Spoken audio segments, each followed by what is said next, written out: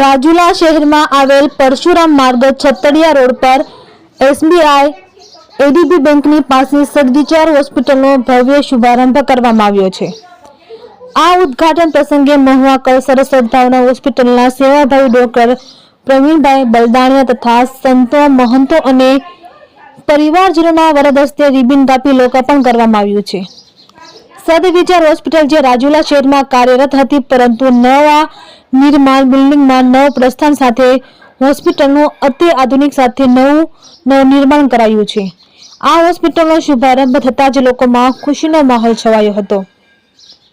આ હોસ્પિટલ 60 બેડની ક્ષમતા ધરાવતી વિવિધ વિભાગો સાથે કાર્યરત છે, તેમજ હોસ્પિટલ ખાતે ફિઝિશિયન વિભાગ, ગાયનેક, બાળરોગ સર્જન, આંખનો વિભાગ, દાંત, પેથોલોજીક, આઈસીયુ વગેરે વિભાગોમાં નિષ્ણાત ડોક્ટરો પોતાની સેવાની ભૂમિકાઓ ભજવવાના છે। રાજુલા, જાફરાબાદ શહેર સહિત આસપાસના વિસ્તારના લોકો તમામ પ્રકારની સુવિધાઓનો લાભ લઈ શકશે। સંતો મહંતો દ્વારા આશીર્વચન પાઠવવામાં આવ્યા હતા।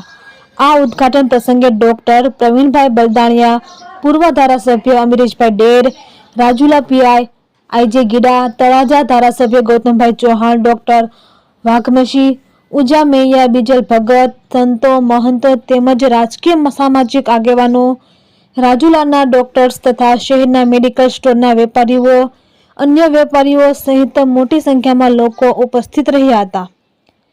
આ તકે પધારેલ તમામ લોકોની સદવિચાર હોસ્પિટલના ડોક્ટર મેહુલભાઈ પટેલ, ડોક્ટર મનહરભાઈ બલદાણિયા, ધીરુભાઈ બલદાણિયા, ડોક્ટર મનીષભાઈ બાંભણિયા તથા સદવિચાર હોસ્પિટલ પરિવાર દ્વારા આભાર વ્યક્ત કર્યો હતો।